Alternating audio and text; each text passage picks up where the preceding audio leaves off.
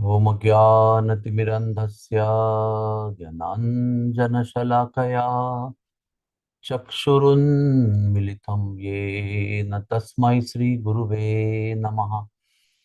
श्रीचैतन्यमनोभीष्टं स्थापितं येन भूतले स्वयं रूपः कदा मह्यं ददाति स्वपदान्तिकम्। श्रीकृष्ण चैतन्य प्रभु नित्यानंद, श्री अद्वैत गदाधर श्रीवासदि गौर भक्त वृंद। हरे कृष्णा कृष्ण कृष्ण हरे हरे, हरे राम राम राम हरे हरे। हरे कृष्णा। कल हमने भगवान को पुकारने के विषय में चर्चा की, और पुकारे बिना सुना नहीं जाता, इसके ऊपर भी चर्चा की। लेकिन हम पुकारते उसको हैं जो व्यक्ति होता है।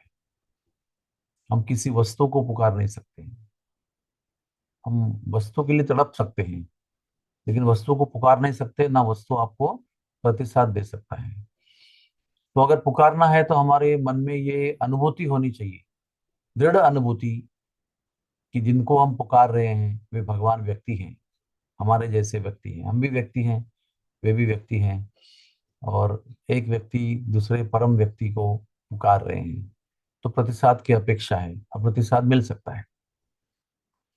अब प्रश्न होता है कि भगवान व्यक्ति हैं और भगवान मेरे साथ हैं और भगवान मेरे हृदय में हैं, इसकी अनुभूति कैसे की जाए। लेक्चर तो बहुत सुनते हैं, प्रवचन में सुना है, लेकिन अनुभव नहीं हो रहा है। तो उसके लिए संत लोग कहते हैं कि हृदय बहुत स्वच्छ और प्रामाणिक होना चाहिए, अर्थात कोई कपटी उद्देश्य नहीं होना चाहिए। और दूसरी बात, संतों का संग और संतों की सेवा होनी चाहिए, क्योंकि भगवान की जो जो अनुभूतियां हैं, और उसमें सर्वोच्च अनुभूति है कि भगवान व्यक्ति हैं, कृष्णा इज द पर्सन। वो अनुभूति और ऐसे अनुभूतियों के सारे जो भंडार है, अमूल्य भंडार, वो सब भगवान ने अपने संतों के पास दे के रखे हैं। जिनको वो चाहे कृपा करें और उनको वो अनुभूति वो दे सकते हैं। वो साक्षात्कार केवल संतों की कृपा से हो सकता है। इसलिए कोई भी साधना का जो जीवन है, जिसमें हम साधना करते हैं, उसमें बिना संतों का संग और बिना संतों की सेवा कोई भी साक्षात्कार नहीं हो सकता है। और वो संतों का साक्षात्कार, कृपा अगर नहीं मिलता है रोज, तो कम से कम हमारे आसपास जो भक्त हैं उनकी सेवा करते रहनी चाहिए। जो भगवान के नाम का जप करता है, जो प्रामाणिकता से भगवान को प्राप्त करने का प्रयास कर रहे हैं, वो सब भगवान के भक्त माने जाते हैं। जब उनकी सेवा करते हैं तो भगवान प्रसन्न हो जाते हैं। जब भगवान प्रसन्न हो जाते हैं तो अपनी अनुभूति अपने भक्त को देते हैं। और जब आपको और हमको भगवान व्यक्ति है इसकी अनुभूति होती है और होगी, तब कहीं जाकर हम उन्हें पुकार सकते हैं। ये कोई मैकेनिकल काम नहीं है कि भाई किसी ने कहा तो हम पुकार रहे हैं, पता नहीं किसको पुकार रहे हैं, कौन सुन रहा है पता नहीं।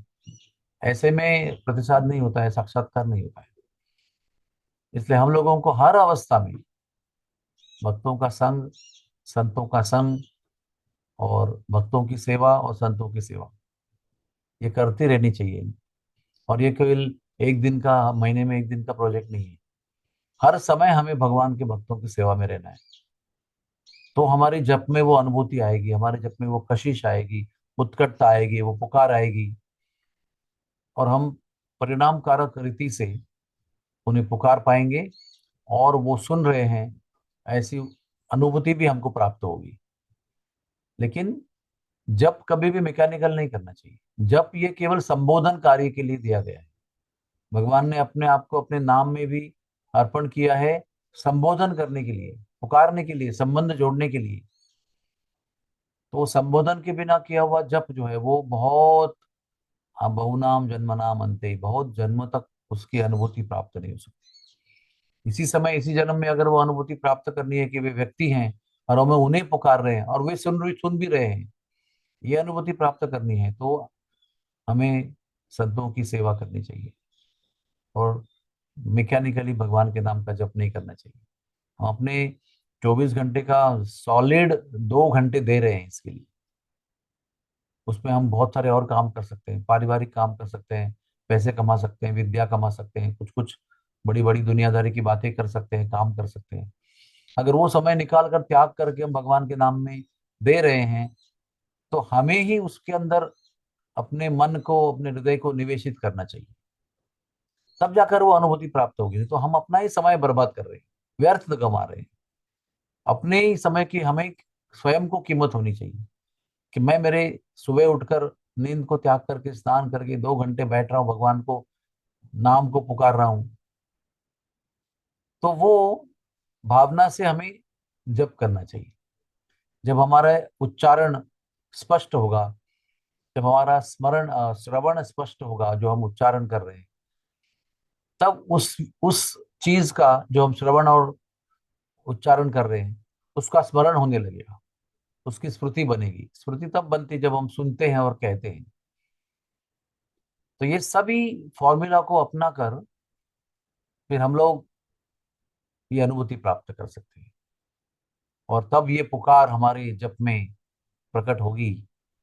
तो भगवान दौड़े आएंगे, केवल सुनेंगे नहीं, भगवान दौड़ कर आएंगे, जैसे माँ दौड़ कर आती जब बालक पुकारता है। तो वो अनुभव इस जीवन में मुमकिन है, शक्य है, हो सकता है, ऐसे इम्पॉसिबल नहीं है। कोई फ्रस्ट्रेट करने वाली बात नहीं है, ये सब होने वाली बातें हैं, लेकिन करना चाहिए तो फिर हो जाएगा। Hare Krishna, Hare Krishna, Krishna Krishna Hare Hare, Hare Ram Ram Ram Hare Hare. Thank you very much. Hare Krishna.